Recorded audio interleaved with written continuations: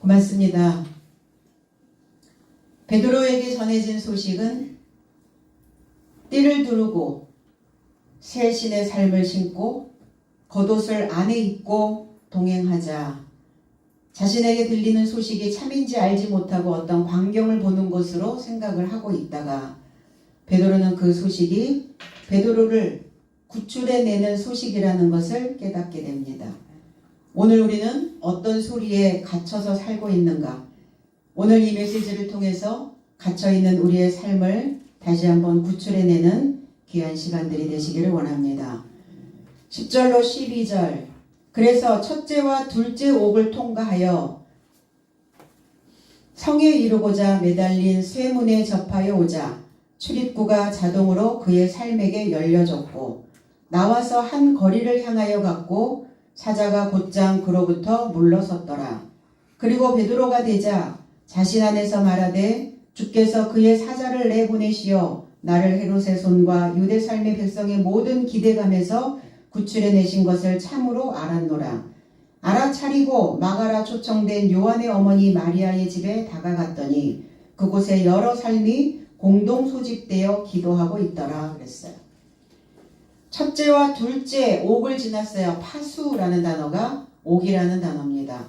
첫째, 이 프로토스라고 하는 단어는 먼저라는 단어이기도 하지만 시작이라는 단어이기도 합니다. 베드로에게 어떤 새로운 시작이 새로운 출발점에 또 서 있다라는 것을 우리는 기억해야 됩니다. 어제와 같은 오늘이 아니라 우리는 오늘 또 새롭게 시작하는 날이기도 합니다. 고린도전서 15장 47절에는 첫 사람은 땅에서 났으니 흙에 속한 자이거니와 둘째 사람은 하늘에서 나셨느니라.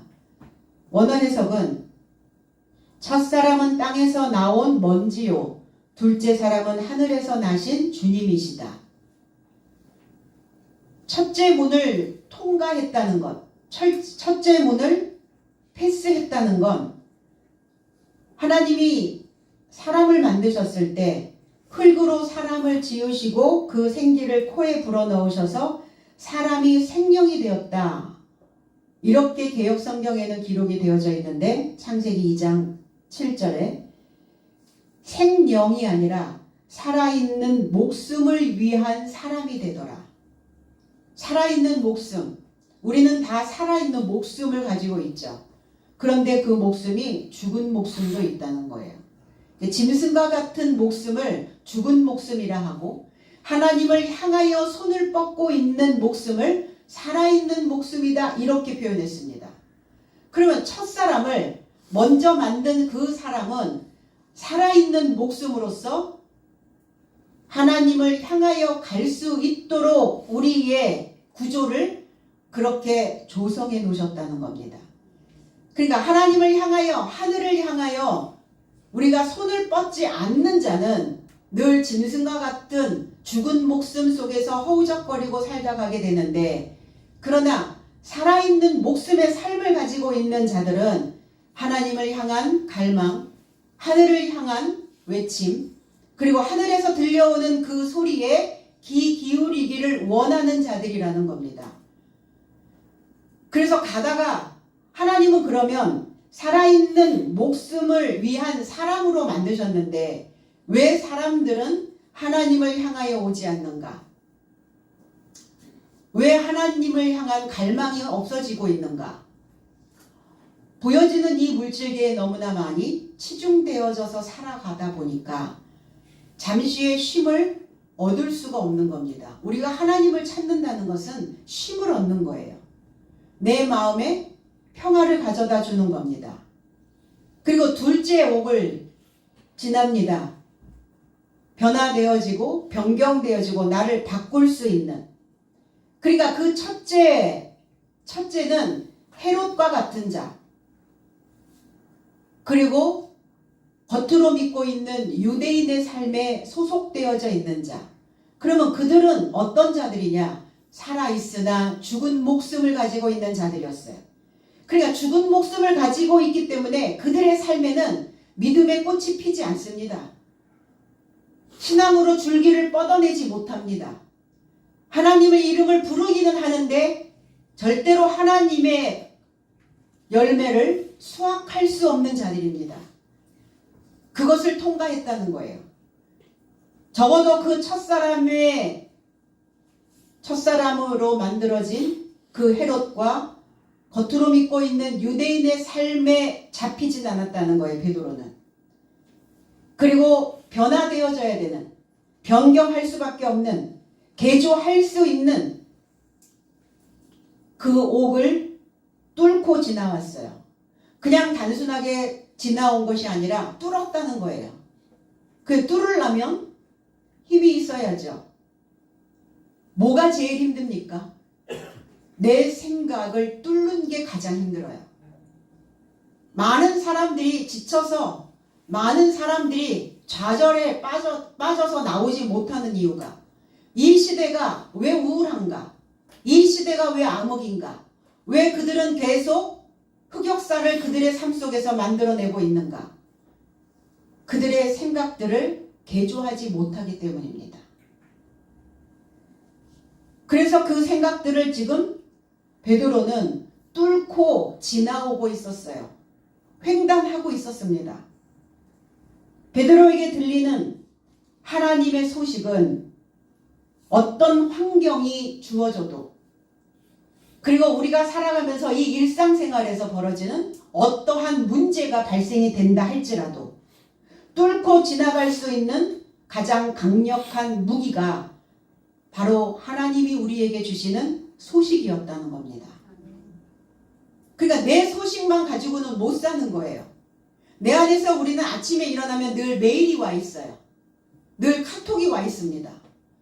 카톡을 열어보면 어떤 내용이 주로 소식으로 들려옵니까? 오늘은 어떤가? 걱정과 근심입니까? 오늘 또 어떻게 살지? 오늘 또 어떻게 이기지? 오늘 또 뭘 하며 지내지? 오늘 어떤 생각으로 우리가 하루를 보낼까? 날마다 우리는 어떤 소식을 접하게 됩니다. 그래서 어떤 환경이라도 뚫을 수 있는, 결단코 우리의 첫사람의 소리에 갇혀버려서 그 일평생 하나님의 소리를 외면하면서 그들이 살아가는 그 방법들을 보니까 늘 건조한 땅, 말씀이 없는 곳, 물 없는 곳으로 돌아다니더라 이거예요. 그러면 그들은 살아있는 목숨을 소유하지 못하니까 아무리 교회를 첫날 만나를 다녀도 하나님이 내 안에 새롭게 들려주시는 그 소식을 듣지 못하게 된다는 겁니다. 늘 그 타령으로 그 모양으로 사는 이유가 뭐겠어요? 왜 사람들이 개조가 되지 않고 왜 변화가 일어나지 않는가? 새로운 소식이 듣지 못하기 때문이에요. 물이 없는 곳으로 돌아다니기 때문입니다. 물이 있는 곳이란 나를 씻는 겁니다. 내 안에 갇혀있는 그 생각들을 씻어내는 거예요. 그 생각을 뚫지 못하는 그 삶을 그 물줄기가 뚫어내는 겁니다. 물이 없으니 뚫어낼 수가 있어야죠. 그러니까 퇴행하는 거죠. 어디로 갑니까? 과거로 가는 거예요. 과거에 멈춰있는 인생들이 될 수밖에 없다는 겁니다. 오늘 베드로는 새로운 시작을 알리는 그 시작점에 또 있다는 겁니다. 그 성으로 나가는 그 길목에 또 쇠창살이 있네요. 쇠문, 겹겹이 둘러싼 거예요. 헤롯도 만만치는 않죠. 헤롯도 결단코 자기의 어떠한 목적을 달성하기 위해서 나를 방해하는 요소들, 내가 무엇인가를 펼쳐내야 되는, 그리고 어떤 종교를 유지하기 위한 그것의 방해꾼들을 철저하게 막고 있는 겁니다. 그 성에 이르고자 나아가는 그 길에 새로 만든 문이 또 있었어요. 이 쇠라고 하는 단어는 검다, 단단하다, 굳세다. 그래서 사람들은 이렇게 얘기하죠. 창살 없는 감옥. 우리의 육안으로는 그 쇠 창살이 보이지 않는데 사람들의 마음속에, 사람들의 생각 속에 다 이렇게 쇠 창살로 만든 감옥들을 하나 만들어 놓고 있다는 겁니다. 그러니까 누가 얘기해도 듣지 않고 두드려도 열지 않고 굳건히 닫혀서 그게 너무나 단단하고 너무나 굳세게 세워져 있기 때문에 다른 요소들이 파고 들어갈 틈이 없는 거예요.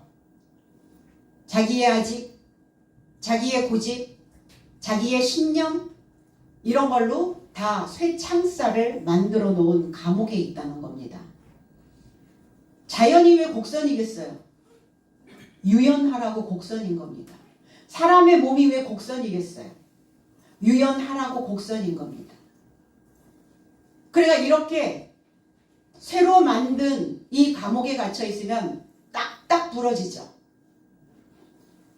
그래서 사람들은, 세상 사람들은 이렇게 얘기해요. 딱 부러지는 사람을 좋아해요. 그런데 하나님은 딱 부러지는 사람 별로 안 좋아합니다. 물처럼, 물줄기처럼 유유히 흐르면서 휘감는 사람들을 좋아해요. 계시록 2장 27절에 그가 철장을 가지고 그들을 다스려 질그려 깨뜨리는 것과 같이 하리라. 나도 내 아버지께 받은 것이 그러하니라. 언어 해석은 그도 철 지팡이 안에서 질그릇 삶이 부서지듯이 저 삶을 목양할 것이요 그랬어요. 그리스도께서도 철 지팡이로 오셨어요. 누구의 것이 더 강하냐? 누구의 것이 더 단단하냐? 어떤 철 지팡이를 가져야 그 인생을 지탱시키며 가게 하는가? 성향이 다르다는 거예요. 헤롯이 가지고 있는 철 지팡이와 그리스도 예수가 가지고 있는 철 지팡이가 뭐겠어요? 조직화되어져 있는 조직. 그러니까 그 안에 조직화되어져 있으니까 얼마나 단단하겠어요. 우리가 어떤 조직에 들어가면 어때요? 그 조직에서 이야기하고 있는 모든 명령, 그 조직에서 말하고 있는 모든 색깔, 조직에서 원하는 모든 스타일, 그렇게 되어져야 되잖아요. 이 조직화되어져 있는 교육적인 맥락을 철 지팡이로 표현합니다. 어떤 교육적인 그 맥락, 가지, 줄기, 그 교육에서 나오는 줄기, 그게 지팡이에요. 헤롯에 조직화되어져 있는 교육적 맥락이냐, 아니면 그리스도 예수가 오셔서 가르치셨던 그 교육적인 그 교육으로 조직화되어져 있는 가지냐, 다르다는 거예요. 헤롯적 요소는 동강나버려요. 그냥 부러져 버립니다. 낭창낭창 휘어져야 되거든요. 우리가 세상을 사는 것도 그렇지 않나요? 너무나 내 마음에서 이분법적 사고를 가지고 있으면 흑 아니면 백 이래버리면 너무 힘이 들어요. 그러나 이런 사람의 색깔, 저런 사람의 색깔 받아들이는 거예요. 그러나 나는 나만의 고유한 색을 변색하지 않도록 내가 가지고 있는 그 색깔들을 유지하며 가되, 그러나 다른 사람들의 색깔들을 저 사람은 저런 스타일, 저런 사람은 저런 성향, 저런 사람은 저렇구나, 이렇게 생각들이 좀 낭창낭창해야 되거든요. 낭창낭창한 다리는 부러지지 않습니다. 무너지지 않아요. 그런데 탁탁한 다리들은 다리가 부러져 버려요. 사람을 대하는 태도도, 신앙생활을 하는 것도 그렇다는 겁니다. 그래서 주님이 가지고 있는 그 철 지팡이로 인생들의 생각, 질그릇 삶을 부서지듯이 질그릇은 우리예요. 주님 토기장이, 우린 질그릇. 그 연약해요. 연약한데 연약한 것을 바깥으로 보이기 싫으니까 겉을 강하게 쇠로, 철로, 자존심으로, 체면의 쇠로 무장하는 거예요. 속은 너무 약한데 들키면 좀 어때요? 보여지면 어때요? 다 알고 있는데, 보면 다 아는데 저 사람이 강한 척을 하는지, 저 사람이 체면으로 똘똘 뭉쳐있는 철장 안에 갇혀있는지 안다고요. 그러니까 굳이 그거를 유지하려고 애쓸 필요 없어요. 아주 자연스럽 내 모습 있는 그대로. 주님 그러시잖아요. 내 모습 그대로.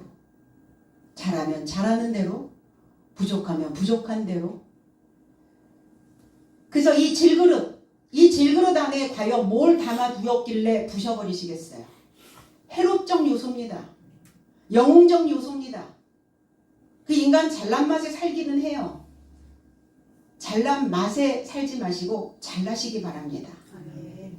잘 날려면, 잘 난다는 것은 새로운 것을 싹 틔우는 거예요.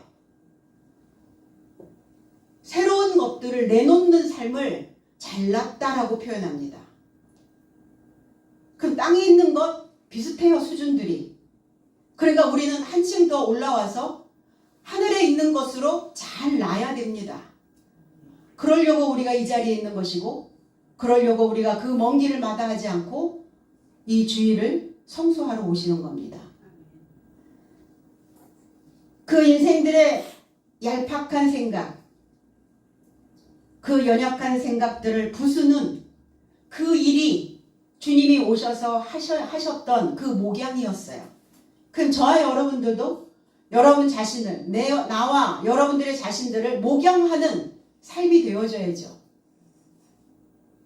그럼 나를 목양한다는 것은 그리스도 예수께로부터 받았던 조직화된 교육적인 맥락, 그 가지를 가지고 나를 늘 교훈하는 겁니다. 내가 이렇게 생각하고 있는 동안 나의 몸은 어떻게 달라질까? 내가 이러한 소리를 가둬두는 내 삶을 하나님이 보실 때, 사람들이 나를 볼 때 어떻게 바라볼까? 생각해야 해요. 그래서 인간은 늘 무엇인가를 배우려고 하는, 학습하는 동물이기도 합니다.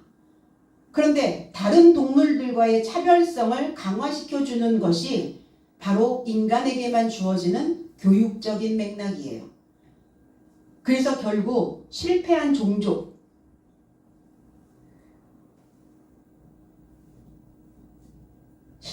종족이라는 것은 그 민족에게서, 그 나라에서, 그 국가에서 무엇인가 새로운 것들을 창조해내지 못하는 국가를 후진국이다, 이렇게 표현합니다.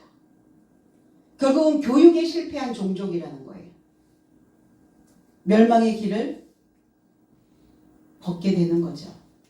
후지게 사는 거예요. 그래서 후졌어 이러죠. 생각하는 것도 후지고, 표현하는 것도 후지고, 말하는 것도 후졌어. 무슨 표현이에요? 후진국이라는 거예요. 교육받지 못했다는 거예요. 그 종족이. 그래서 헤롯의 조직된 학습의 그 교육의 맥락에 결단코 베드로는 갇히지 않았다는 겁니다. 저와 여러분들이어야죠. 저와 여러분들의 믿음이, 저와 여러분들의 삶이 반석 위에 세워지는 그 하나님의 터전들이 되셔야 될 줄로 믿습니다. 그 새로 만든 문이 절로 열렸다, 저절로 열렸다, 스스로 열렸다, 자발적으로 열렸다는 거예요. 어떻게 자발적으로 열렸을까요? 그 굳건히 닫혀놓은 그 쇠문이, 거기 센서가 달렸단 말입니까? 자동문 그 센서? 베드로 자신이에요. 어느 곳에도, 어떤 생각에도, 어떠한 이념에도, 어떤 사상에도, 어떠한 교육적, 헤롯의 교육적 그 조직화된 맥락에 갇히지 않으니까 열린 거예요. 자동으로 열린 겁니다. 마음의 빗장을 열어라. 우리 그렇게 표현하죠. 우리 안에 문이 있다니까요. 문을 닫고 또 거기 가로질러 가지고 빗장을 쳐요. 사람들이. 차단. 하지 마세요. 여세요. 마음 확 열어 제끼시고 가슴도 확 열고 여기 쇄골 여기 이렇게 가로질러서 이렇게 있는 요 쇄골. 응? 그 문들을 확 여셔야 된다는 거예요. 그래야 소리가 들려요. 내 안에 들리는 소식만 맨날 들으니까 갇히는 거예요. 생각이 바깥으로 싹을 못 틔웁니다. 빗장을 열면 공기를 들이마시게 됩니다. 폐활량이 좋아져요.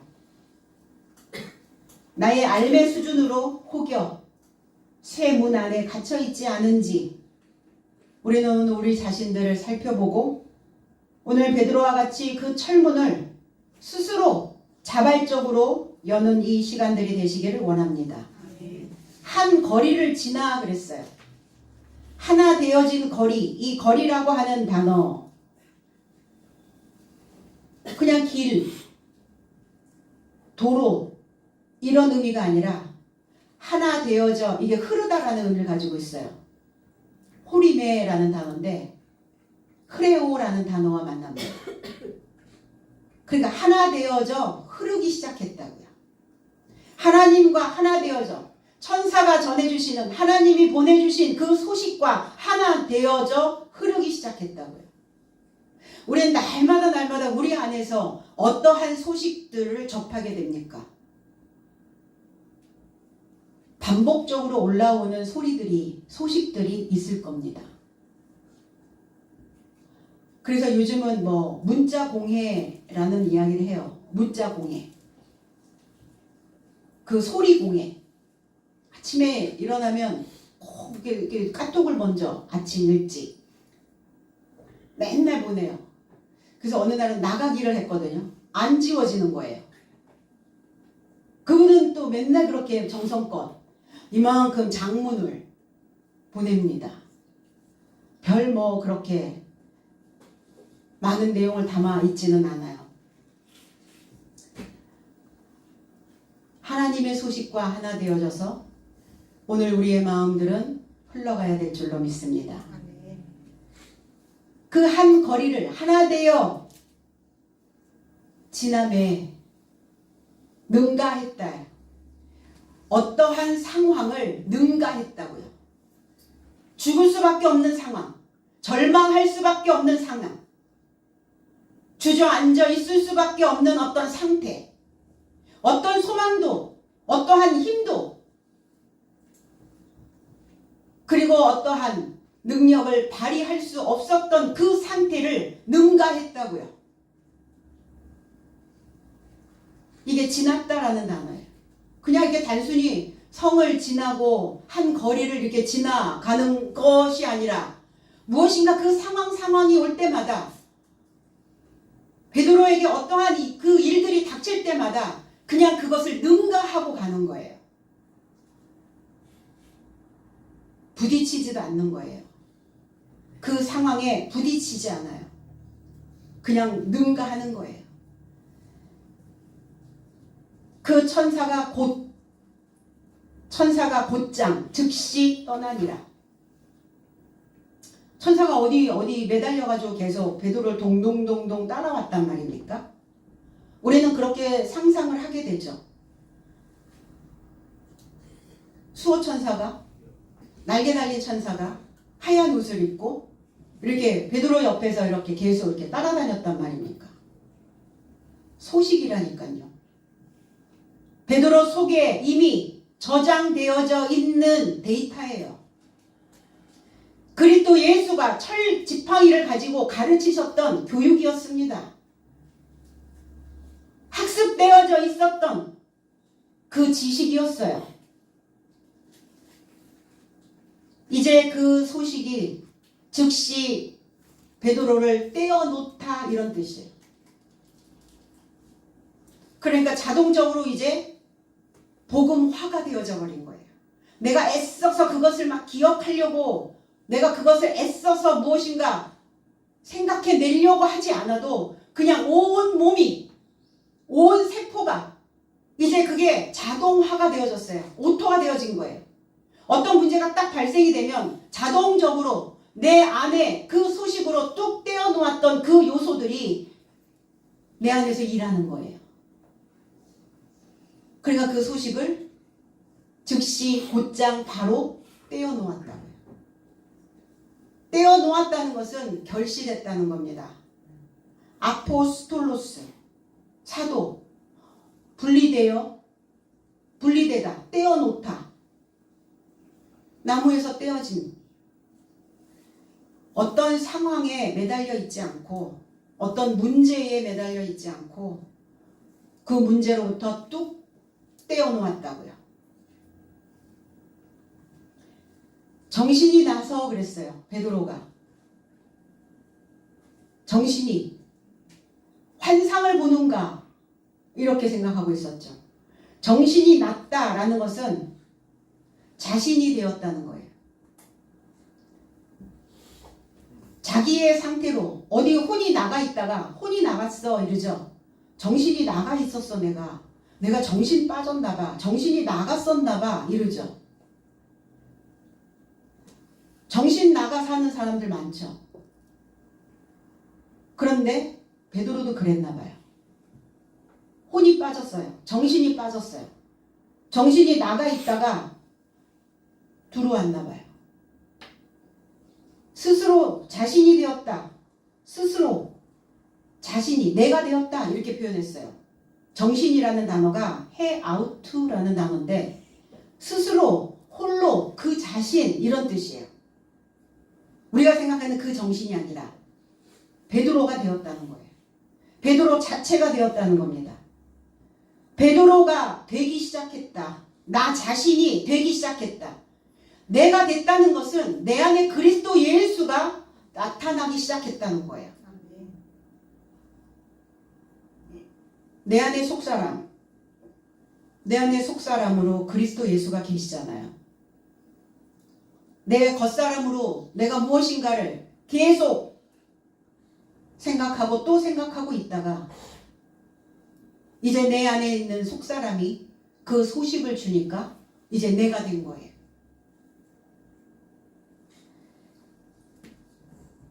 베드로가 되기 시작했다 이렇게 표현합니다. 그리고 자신의 생각을 표현하는 거예요. 되기 시작했다는 건, 베드로 자신이 되기 시작했다는 것은 그리스도의 진리 안에서, 그리스도의 진리 안에 있는 자신을 발견하게 된 겁니다. 어떠한 난처한 상황, 어떠한 역경, 어떤 힘든 상황들이 온다 해도 내 자신이 된 사람들은 자신이 있어요. 내 자신이 안 된 사람은, 자신이 되지 못한 사람은 자신이 없어요. 그렇게 사는 거예요. 자신이 있어서 사는지 자신이 없어서 사는지. 왜 자신 없어 하죠? 내 스스로 해야 되는 것들을 하지 못하기 때문에 자신이 없는 거예요. 내가 해야 되는 일들을 내 스스로 하고 있다면 자신이 있는 겁니다. 그러니까 베드로는 자신이 되기 시작했다. 자신을 일으킬 수 있게 되었다는 거예요. 우리는 가끔 그런 생각을 합니다. 내가 하나님을 믿고 사는데 왜 우리의 마음 먹은 대로 되지 않을까? 왜 내 뜻대로 되지 않는 일들이 이렇게 많나? 왜 이렇게 사는 게 힘이 드나? 왜 이렇게 어렵기만 한가? 그렇게 생각했을 때 그 생각에 우리가 갇혀버린다면 세상은 살 소망이 하나도 없는 거죠. 무엇을 바라보며 내가 신앙생활을 해야 되는지, 하나님을 믿어야 되는지에 대한 분별력을 잃어버리게 됩니다. 그러면 우리는 그때 우리가 그동안 믿어왔던 하나님께서 주시는 그 소식을 우리는 다시 들어야 되는 겁니다.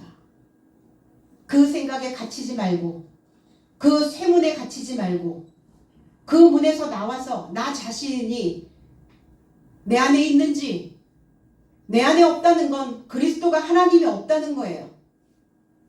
그러니까 어딘가에 자꾸 의존을 하죠. 사람들이. 의존. 사람에게 의존하면 사람이 내 마음에 흡족하도록 채워줍니까? 안 채워줘요. 그래서 하나님이 주신 그 소식을 가지고 우리는 그 마음을 고쳐 먹는 겁니다. 그리고 용기를 낼 수 있도록 자신 안에서 자신이 될 수 있도록 자신에게 말해주는 거예요.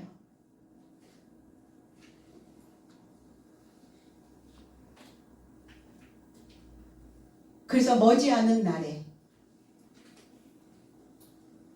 우리가 이 땅에서 100년을 산다고 치면 100년 동안 내 안에 내가 없는 상태로 산다고 한번 생각해 보세요. 얼마나 세상이 혼란스럽고 막막하겠어요. 어떠한 문제라도 베드로처럼 그를 평생 가둬두지 않으셨던 것처럼, 평생 그 감옥에 붙잡아 주시지 않은 것처럼 가까운 날 안에서 분명히 우리가 짊어지고 있는 그 문제들을 해결해 주실 것을 스스로 마음 먹어야 될 줄로 믿습니다.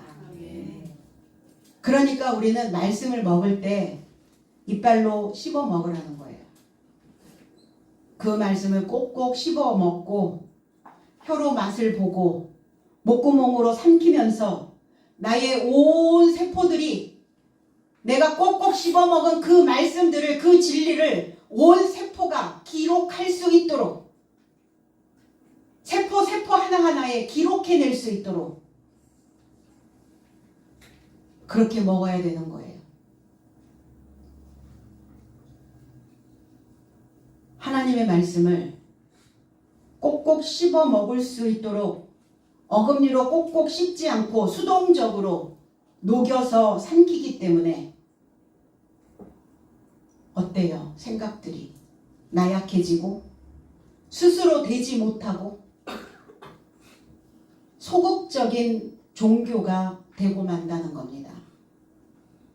기독교는 소극적인 종교가 아닙니다. 볼품이 없는 종교가 아니에요. 능동적으로 자발적으로 내가 되어질 수 있도록 움직이는 신앙입니다. 베드로는 이제야 참으로 알겠다 이렇게 표현해요. 아니 사도된 지가 언젠데, 오순절 성령 50번째 날 그 거룩한 영을 받은 지가 언젠데, 그동안 주님의 공생의 기간 동안 따라다니면서 수제자로 배운 시절이 얼만데 이제야 참으로 알겠다 이렇게 얘기를 해요. 그 옥을 나오고 나서 이제 늦게 알았다고요. 늦게 진리를 깨달았다고요. 내가 항상 옳게 분별하고 있는 것 같았는데 내가 늦게서야 그 진리를 깨달았다.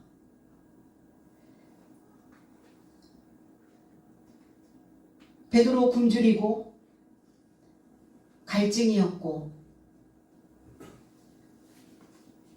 사도들의 삶이, 신앙생활을 했던 모든 선진들의 그 신앙이, 그들의 삶이, 신앙생활이 그리 우리가 보기에 화려하거나 영화롭지 않았다는 겁니다. 항상 굶주렸고 항상 갈증이 나왔어요. 그런데 분리되죠. 그러한 삶 속에서도 영적인 승화를 만들어내는 사도들이 있었고, 그러한 상태에서 무엇과 결탁하여, 무엇과 의탁하여 내 삶을 송두리째 거기에다가 그냥 뺏겨버리는 삶이 있었어요. 갈급하고 고독하고 굶주리고. 그랬을 때 뭐 했어야 되는데? 내가 돼야 되는데 내가 되지 않으니까 엉뚱한 사람들을 끌어당겨서 그 하나님의 삶이 돼야 되는 그 자신들을 그냥 이렇게 엮었어요.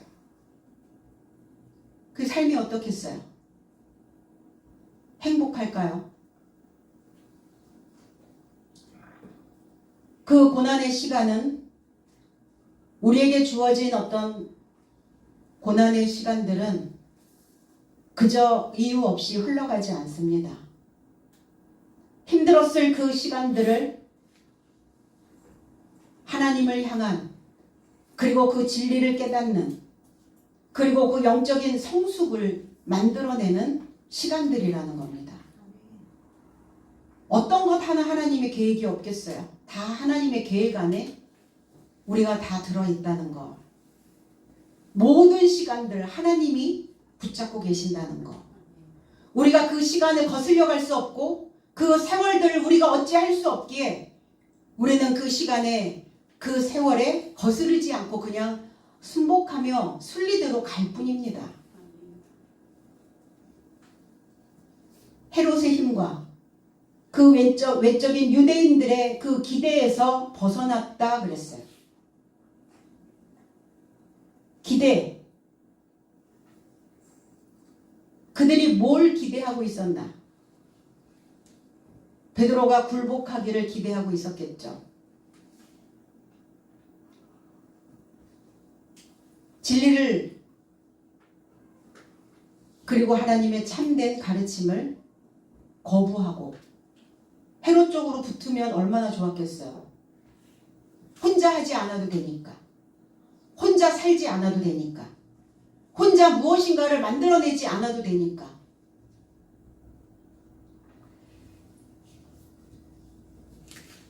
그런데 그 기대에서 구출되었다 이렇게 표현해요. 그들을 기대하고 있었는데 그 기대감이 무너져 버렸겠죠.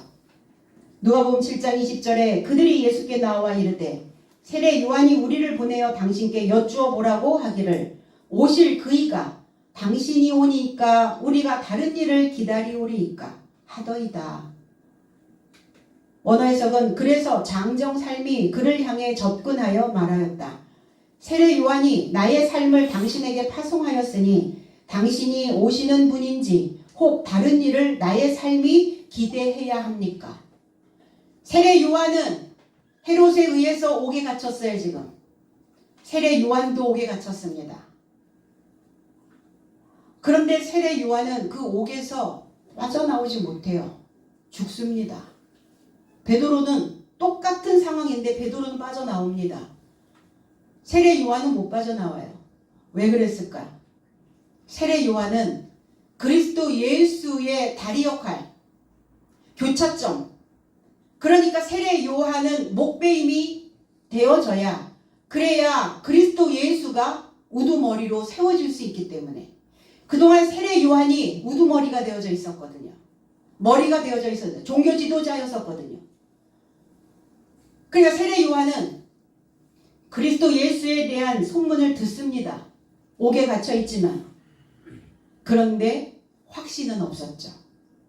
그러니까 세례 요한의 제자들을 보내요. 주님께로 물어보라고 얘기합니다. 당신이 메시아입니까? 아니면 다른 사람을 우리가 기대해야 됩니까? 누구를 기대해야 됩니까? 우리도 과연 무엇을 기대하며 여러분들은 세상을 살아가고 있습니까? 하나님께 기대하고 계십니까? 아니면 다른 것을 기대하고 있습니까? 헤롯과 그 겉의 유대 삶에 기대고 살고 있다면 어떤 상황이 벌어지냐면 기근의 땅에서 살게 된다는 거예요. 바짝 말라버려요. 적셔지질 않아요. 말라. 계속 말라. 건조해. 너무 건조해. 그래서 항상 예민하고 항상 날 서 있고 항상 가시돋쳐. 그게 헤롯과 표면으로 믿고 있는 유대의 삶을 기대하고 있다는 거예요. 보여주기 위한 행위. 그러나 하나님께 기대하고 산다면 기쁨으로 감사의 문을 열게 된다는 겁니다. 그래서 항상 문을 열어서 환기. 내 안에 갇혀있는 공기가 있나? 늘 같은 생각을 반복적으로 하고 있진 않나? 반복적으로 생각하는 그 생각들이 하나님의 기대를 충족시켜 줄 수 있는 거면 얼마나 좋겠어요. 그렇지 못하고 있다면 헤롯적 요소라면 열어서 환기시키셔야죠. 하박국 선지자는 3장 17절로 18절에 비록 무화과 나무가 무성하지 못하며 포도나무에 열매가 없으며 감람나무에 소출이 없으며 밭에 먹을 것이 없으며 외양간에 소가 없을지라도 나는 여호와로 인하여 즐거워하며 나의 구원의 하나님으로 인하여 기뻐하리로다.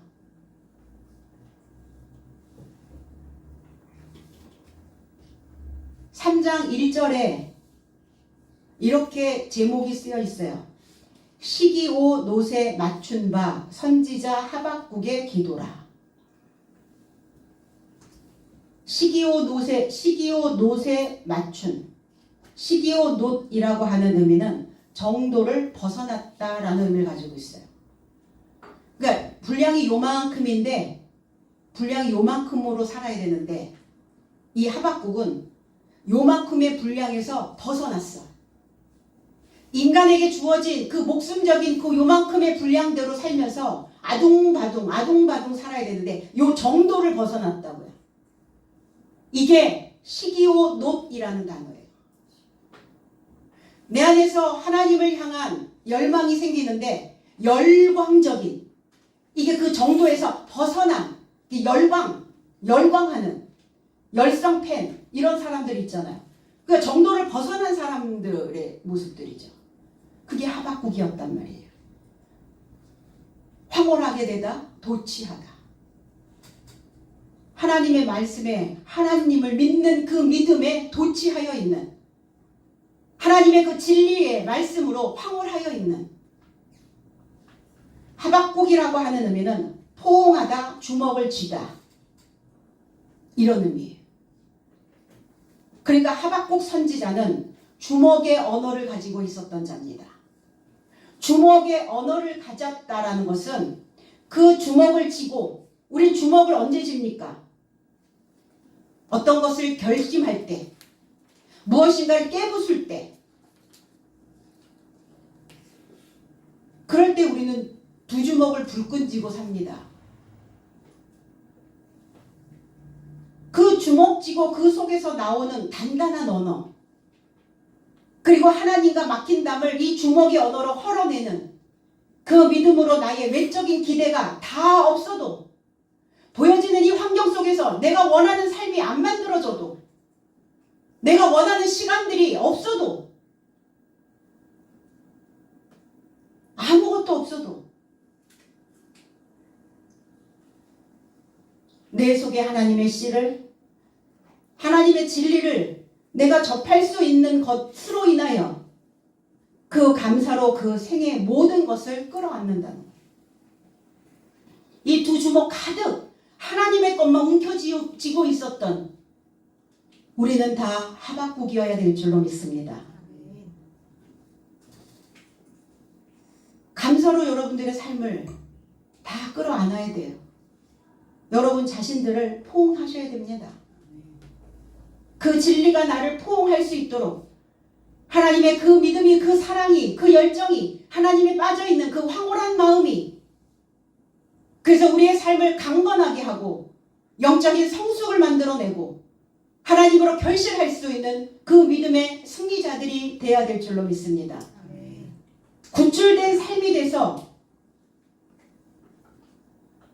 우리가 내가 원하는 그 인생길이 아니었다 할지라도 우린 전반전에 다 시행착오를 겪으며 만들어 놓은 내가 지금까지 뭐 하고 살았나, 뭘 만들어 놨나, 내 주먹에 아무것도 없어, 난 빈손이야 라고 말한다 할지라도 내가 이 신앙 안에서 이 말씀을 접하며 구출된 삶이 되어 이 시간에 남아있다라는 것이 그게 어딜까? 우리는 그렇게 생각할 수 있나? 이게 어디야, 이게. 내가 지금까지 살아오면서 내가 이 삶을 내 스스로 만들 수 없었으니까 하나님을 만나서 내가 이 삶을 이렇게 그 과거의 삶으로부터 나를 구출해 주신 이 삶이 어디야? 이게 어디야? 이만큼이면 됐지. 이런 감사가 과연 있는가? 오늘 그 감사와 기쁨과 즐거움을 회복하시기 바랍니다. 지금까지 살아온 그 모든 삶이 만족하지 못했다 할지라도 내가 하나님을 믿고 있는 내가 얼마나 자랑스럽고 대견한가. 이렇게 살고 있는 내가 여러분 스스로 그렇게 인정되시나요? 아직도 보잘것 없으신가요? 그렇진 않으시죠? 그리고 깨닫게 됩니다. 깨달았다. 눈치챘어요. 이제 의식하게 되었습니다. 이제 완전히 자기의 삶이 어떤 삶을 향하여 어떤 방향을 향하여 어떤 삶을 내가 뚫고 지나가야 되는지를 이제 완전히 베드로는 보게 됩니다. 그리고 마가의 집으로 갑니다.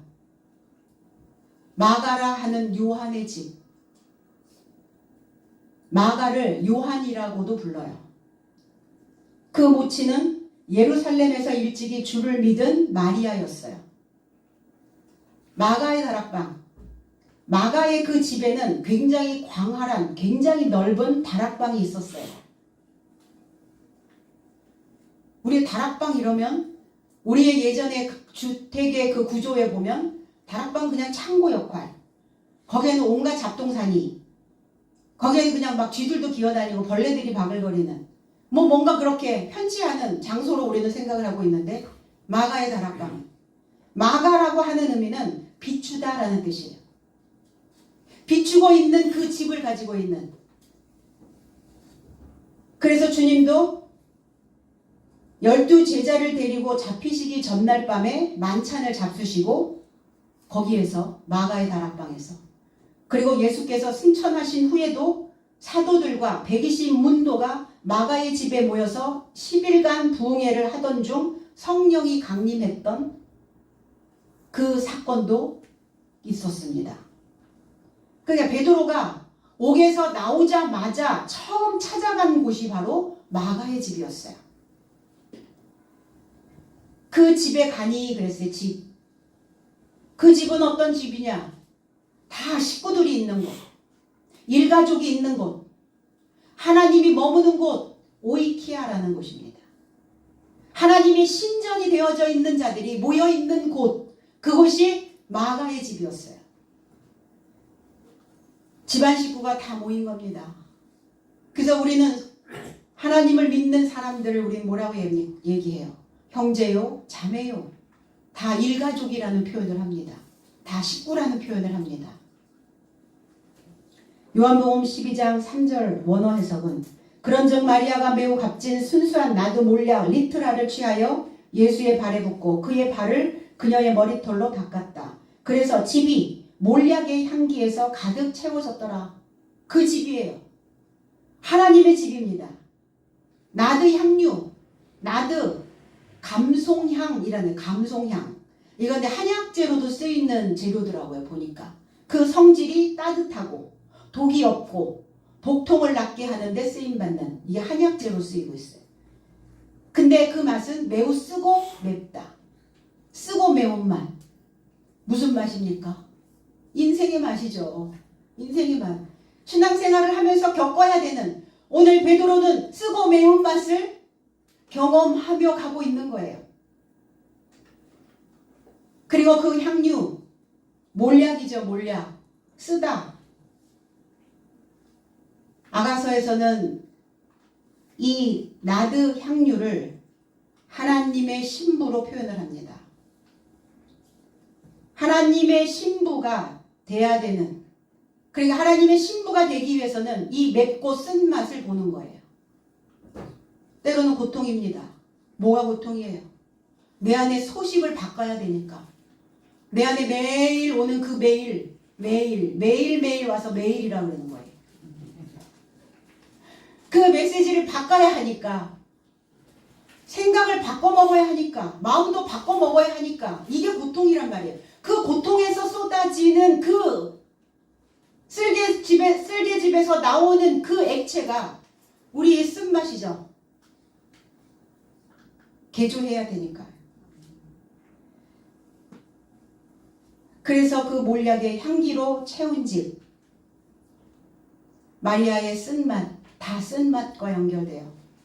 가장 향내가 나는 그 고통에서, 그 썩은 고래의 고기에서 가장 값비싼 향유를 뽑아낸답니다. 얼마나 속이 썩었겠어요. 얼마나 우리의 삶을 하나님께 드리고 싶어서 애가 끓었고, 우리가 하나님을 향하여 얼마나 그 단장의 기도를, 창자가 끊어지는 그 기도를 우리는 하면서 왔다는 겁니다. 우리 그런 시절들이 있었죠. 하나님의 전에 채워져야 되는, 우리가 바로 나드 향유가 되어져야 되는 삶이라는 겁니다.